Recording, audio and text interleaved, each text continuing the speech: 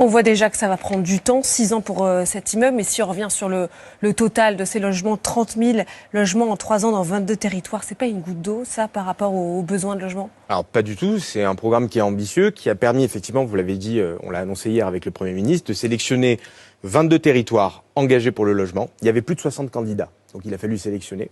Et on a regardé les endroits où il y avait de la tension forte, où il y avait des projets qui pouvaient être intéressants, où il y avait des usines qui s'installaient, où parfois on avait des EPR qui venaient, par exemple à Dieppe, où il y avait des activités touristiques en concurrence avec le logement. C'est le cas par exemple de Bayonne et du Pays Basque. Donc on a sélectionné des endroits où on se dit, on veut simplifier les choses, on veut mettre du pilotage serré pour que ces logements sortent de terre dans les 3 ans qui viennent, et on donne un coup de pouce pour équilibrer des opérations dont les gens ont besoin dans des zones spécifiques.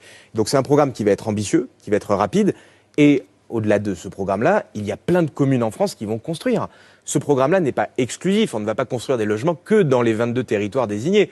On va mettre un coup de boost sur ces 22 territoires et l'État sera présent pour accélérer les choses. Et puis il y a plein d'autres communes dans notre pays qui vont devoir créer des programmes et accélérer les choses en termes de construction de logements. Moi j'espère qu'il y en ait le plus possible. Mais là on a ciblé des territoires qui avaient besoin de façon urgente de créer du logement, Oui. et l'État est au rendez-vous pour les aider.